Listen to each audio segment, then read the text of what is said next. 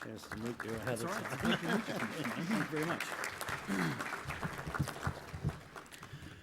Well, good afternoon, everybody. How's it going? Good. It's an honor to be here, sir. Thank you very much for having us, Madam President. Thank you very much, and certainly Executive Director Mr. Stu Hickey. It's an honor to be here. I want to thank all of you for being here. It is certainly an honor to be here. I will tell you this: a couple of years ago, I was a member of only 2 veterans organizations, and AMVETS wasn't one of them. I was a member of my own organization, Concerned Veterans for America, which is a veterans and military families organization I'll talk a little bit about. And I was a member of the American Legion in Post 225 in Forest Lake, Minnesota, because everyone who joined the military was a member of Post 225 American Legion in Forest Lake, Minnesota. That's it. And then, through my work in Washington, D.C. with Concerned Veterans for America, I got to know Stu Hickey, and I got to learn about AMVETS, and I got to see what you guys do. And I literally went online and became a card-carrying member of AMVETS. I am also not a joiner. Our generation doesn't join things very often. I wasn't looking around for another vets group or another thing to be a part of. But our group was looking out at the landscape in Washington, D.C. and looking for folks that were going to be aggressive in fighting for what veterans have earned and deserve. And there was Stuart Hickey and there was AMVETS. And it isn't just us that have recognized this. In fact, the Commission on Care that you mentioned was part of the reform bill that was passed last year. It was called the VA's Commission on Care. The Speaker of the House, the Senate Majority Leader, and the White House get to appoint commissioners. Stu Hickey, your executive director, is the only member of a VSO that is on that commission. You know, as Joe Biden might say, that's a big effing deal, right? It really is. It really is. And it's a testament to the hard work that he and so many others have done. One of those bills is called the VA Accountability Act. Some of you are probably familiar with it. It's a bill that would give the Secretary the ability to actually fire underperforming employees at the VA. That spectrum that Allison Hickey showed, regardless of where you are on that spectrum, it's nearly impossible to fire an employee at the VA. You know, Ronald Reagan once said the closest thing to eternal life is a government program. Well, the closest thing to eternal job security is a job at the Department of Veterans Affairs, regardless of how you treat veterans. That has to change. That's what the VA Accountability Act is all about. You know, a lot of other veterans organizations have endorsed it. But they put out one press release and they bury it in their legislative agenda and then they kind of let it be and they pat themselves on the back. What AMVETS has done through traditional outreach, through social media, is fight. They've owned it and said, our veterans deserve the very best customer service at the VA, and we're not going to take it until they get it. And we're going to be unapologetic for fighting for it, no matter who fights back against us. Because, newsflash, there are a lot of special interests in Washington, D.C. that want to prevent good things from happening because they've got an entrenched reason for things not changing. And in this particular case, between the White House issuing a veto threat of this bill, I'm not kidding you, to the VA itself resisting the bill, to other special interest groups, there are folks stacked up against the VA Accountability Act because it's a good piece of legislation that would bring long overdue accountability. You know why Stu Hickey and AMVETS is fighting for it in D.C. and across the country so hard? Is for 2 reasons. One, the status quo is simply unacceptable. The status quo of the way our veterans are treated at the VA is unacceptable. I don't have to tell anybody here this. The fact that veterans are in many ways second-class citizens in their own systems is a damn shame. And it shouldn't be that way, and we shouldn't take it anymore. From the scandal that happened last year in Phoenix that went across the country, manipulations of wait lists, only 3 people have been fired for manipulations. On that far right-hand side of that chart she showed of firing, only 3 have been fired for manipulating wait lists where veterans died while waiting for care. 3. Veterans today, the New York Times reported, are waiting 50% longer for health care today than they were a year ago. So Congress spends billions more. A lot of people pat themselves on the back, but veterans are still waiting. Just recently, the VA reported that 35,000 combat veterans have been denied health care because of a glitch. How many people do you think have been fired for that glitch? None. Because it's nearly impossible again. Just this morning, I was on Fox and Friends in Minnesota. I'm a contributor at Fox News Channel. I do veterans and military commentary for them. I was just in Minneapolis this morning talking about a regional office in Los Angeles where 9 letters were found by the Office of Inspector General unopened in the shred bin. 9 letters that would have improved the viability of a disability claim. If the Office of Inspector General hadn't found that, we wouldn't know about it. And my fear is that it's still happening because of a toxic culture in some places at the VA. So one is the status quo, the way veterans are treated. The other is the way veterans have carried themselves. You know, every politician runs for office, and what do when they run for office? They form a veterans coalition. I bet a lot of you have been approached to be a part of these veterans coalitions. Republicans, Democrats, it doesn't matter. And they all stand up front, and they ask you to stand with them, behind them, and vouch for the viability of that politician. And what happens after Election Day? Where does the coalition go? Poof. See you later. And then you get a phone call 23 months later to form the coalition again, because someone's got to get reelected. And then when that politician goes to Washington, what they do is vote for more funding. And more funding is oftentimes needed. But more funding is not a single bullet solution to what faces the VA today. There's a lot of innovative and difficult thinking that needs to be done to make sure veterans get the health care they deserve, that benefits are received in a timely manner. That's where, unfortunately, a lot of veterans organizations, even in Washington, don't step up to the plate the way they should. I'm not talking about AMVETS. I'm not talking about the Legion. I'm not talking about it. But some are very invested in the way the system works and unwilling to challenge it when it's not working for veterans. On top of that, the VA, I really respect Secretary Hickey. I think she's done a good job in a lot of things she's done at VBA. A lot of what I'm talking about is VHA, which is the 300,000 employee portion of the VA, the massive part of the budget where veterans try to receive their health care. Oftentimes they talk out of both sides of their mouth.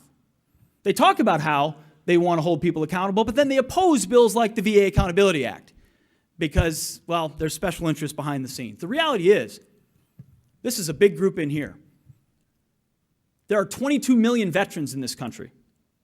You multiply by that by their families, there are 60 to, if you mobilize them, they can literally change the trajectory of America. That's the mission of Concerned Veterans for America, my organization, is to fight for the freedom and prosperity here at home that we fought for while in uniform. It's the belief that when you raise your right hand to defend the Constitution, there's no reason why that service should stop when you come home. If anything, America needs you more now than it ever has. And you didn't serve just for benefits and that's all important. You serve because you love America. You love the freedom and prosperity, what our founders gave us and the opportunities that we have. Concerned Vets for America is not like you guys. We don't have the same base of membership. We are not a veteran service organization. You guys do claims and you get your hands dirty and you get involved and you help that veteran through the process, and I thank you for that. That's part of the reason I became a member of AMVETS. What Concerned Vets for America is a veterans advocacy organization. We go up on Capitol Hill and across the country to build an organization to hold policymakers accountable, Republicans and Democrats, and say, you promised us on the campaign trail you were going to do things, and then you went to Washington and nothing changed. You said you were going to hold people accountable. You said you were going to give veterans choice, and nothing has changed. We're going to be scrappy, we're going to be aggressive, and we're going to be a watchdog. You know, when Allison Hickey showed that chart of the disability claims when it was at 600,000 pending in the backlog, Concerned Vets for America was standing outside the White House with a bullhorn and a petition saying this is a national outrage. We have to do something about it. Guess who was standing right there with us? That man right there, Stu Hickey. No other VSOs, they were right there with us. I think what we're trying to do is create another sense of mission, another sense of purpose, that you serve your nation in uniform now, come back and continue to serve. Our membership model is different. We don't have a fee, we don't have a card, we don't have physical locations. We have cells of veterans getting together and fighting to make change in Washington, D.C., because we're not about yelling about the problems, and neither are you. We're about finding solutions and then fighting for them every single day. So last year, we actually looked around and said, who actually has looked at veterans' health care in America and how you could deliver it in the 21st century? So you're taking care of that World War II vet and that young Iraq and Afghanistan vet who's home. Who's looked at how we do that today in a smartphone world where you've got a lot of different options? We looked around. It was crickets, because nothing's out there. There's no think tank for the VA. No one's doing that kind of work. And so we formed a lot of folks, including Bill Frist, former Senate Majority Leader, himself a physician at the VA. Jim Marshall, a Blue Dog Democrat who's an Army Ranger. Mike Cussman, former head of the VHA, used to run veterans health care. Ovik Roy, a health care specialist. And we put them in a room for 6 months and said, figure it out. And 6 months later, they came out with something called the Fixing Veterans Healthcare Task Force Report, which we think is the smartest and best thinking about how today in the 21st century you can deliver care for vets. And the first thing we did, we asked is, How would you do it if you put the veteran at the center as opposed to the VA bureaucracy? Because I appreciate the VA and I appreciate all the wonderful people that work there. I want it to succeed. But guess what? It's not about the VA. It's about the veteran. It's about the veteran and what kind of quality service they get. So if that's your center point, how do you adjust from there? So we asked vets, what do you want? We polled them across the country. 1,000 representative sample, male, female, all services, all ages, all eras, all locations, regions, and said, what do you want? 90% of veterans want a choice. 90% of veterans want the ability to go to their VA facility in their local area if they want to, but they also want the ability to go to a private provider if they're not seen in a timely manner. Pretty common sense thing. And you can do it without undermining the VA facilities if you're smart about how you do it. 90% of veterans want an overhaul of the VA healthcare system. 77% of veterans want a choice, even if they have to pay a little bit more out of pocket to get that choice. The belief that I don't have to drive 400 miles or 200 miles to a veteran's hospital. If I can go 10 minutes to my local physician and pay $5 more, I'll do it to save myself the convenience. It gave us a sense, a glimpse into what veterans are looking for. In fact, Beto O'Rourke, he's a congressman from Texas, a Democrat, didn't believe us. Did his own polling of 1,000 veterans in El Paso. His own polling found that 82% of his own veterans don't care where they get their care, as long as they get it in a timely and quality manner.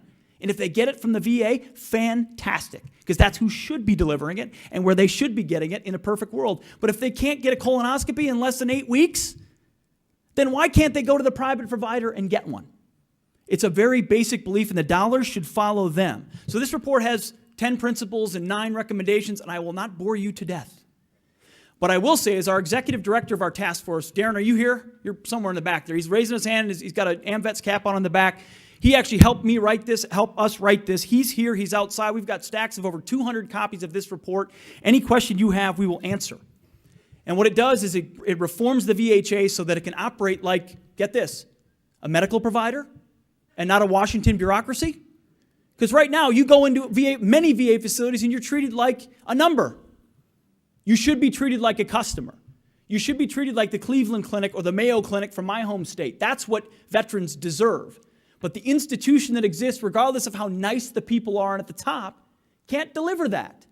And so you have to reform the system to create a culture where the veteran is treated like a customer and not a number. That's what this report attempts to do, and it gives a veteran a real choice. How many of you have a choice card from the choice card legislation that was passed last year? We fought for that choice card really hard, and AMVETS did as well. How many of you have been able to use that choice card? All right, couple hands, but most of the hands went down. If you have a choice card, but you don't have choice, do you have choice? No. What veterans deserve is a real choice, not a bureaucrat telling them whether they get to choose, not telling them based on an opaque set of criteria, you qualify this, you don't qualify this, you qualify this, you don't, because guess what? The veteran's still waiting. And delayed care is bad care. So every time they say it's good once you get in, well, that's great. I believe that. There's a lot of quality VA facilities and a lot of quality VA physicians and nurses and schedulers and everything. But if you're not getting in, you're not getting good care. And part of choice is giving that opportunity. Now, our critics, and we got a few critics, will say, Pete and Concerned Veterans for America, you know what you want to do? You want to privatize the system. And you want to dismantle the system. And you want to undermine the system. And you know what I say to all of them? Read the report. Read it.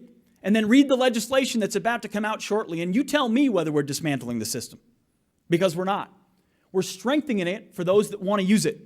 For those that access it. Those that depend on it. But we're also giving a veteran a choice. Which, America's kind of founded on freedom and choices and opportunity. Give that veteran and empower them to make that decision if they want to. We can do both in this country. Let them criticize. We stand confident in the belief that we can do better by our veterans in America today. I'll close by saying this. The era of choice is coming for veterans. The era of opportunity and health care for veterans to get an option is here. And it doesn't make you anti-VA if you believe in choice and reform. In fact, it means you believe in the fulfillment of the mission of the VA to care for those who were born in the battle and their widows. It means you want to see the fulfillment of that because in America today, we're seeing too many veterans who we've made a promise to being left behind. And I'll say this to AMVETS. I think leading is the way to grow and become an even stronger and even more powerful organization. And I know that from experience. The American Legion, they were the first group to call for Secretary Shinseki to step down. Secretary Shinseki, honorable man, incredibly honorable man, who at that point in his tenure, I think had been a bit overwhelmed by circumstances. Legion said, hey, it's time for a change. And you know what? They were rewarded for it by folks that came out and said, hey, I want to join a group that leads. I want to join the American Legion. I've talked to their membership folks, young folks and others coming out to saying, hey, the Legion's taking a stand. Same thing with Concerned Veterans for America. I was just in Nevada, in Reno and Las Vegas, speaking to groups this size and larger, actually, in both locations, of veterans and military families who are sick and tired of the status quo and want to join a movement. Not just an organization, not just a post, a movement of vets and military families to fight for what this country and the veterans that the benefits that they've earned. And so they sign up for a training that we do to get them trained to be advocates. We train them to write a letter to the editor or call their congressman or knock on a door or make a phone call or host an event or be more persuasive, go out into the neighborhoods. You might just call it community organizing. I'm just saying. Whatever it takes, it doesn't matter. Republicans, Democrats, left, right, we're veterans, and what we have earned and what we deserve should be delivered, and politicians should be held to account to deliver it, but if we don't organize, we won't be effective. And I think AMVETS is very well positioned to be the kind of organization that can do that exact same thing. Through the leadership that you have, through fighting for the VA Accountability Act, you've got leadership on the commission, you've got posts across the country, you've been fighting for larger reform. When you lead on reform, when you lead on policy, when you do difficult things, even if people criticize you, Teddy Roosevelt said it, it's not the critic who counts. It's the man and the woman in the arena. It's the organizations in the arena, scrapping it. They're not interested about getting invited to the cocktail parties and the fancy parties in Washington, D.C., because a lot of people want that. I don't want that. I want things to work and I want things to change. And I think by leading, you're given that opportunity. And I commend AMVETS and your leadership, especially in D.C., but I look forward to meeting many of you at the post level that do the very same thing, that are fighting for accountability, for choice, and for what veterans deserve, and also fighting for freedom across this country. I want to hear from this gentleman here in Taiwan who lives under the constant threat of communist China. We don't even think about it.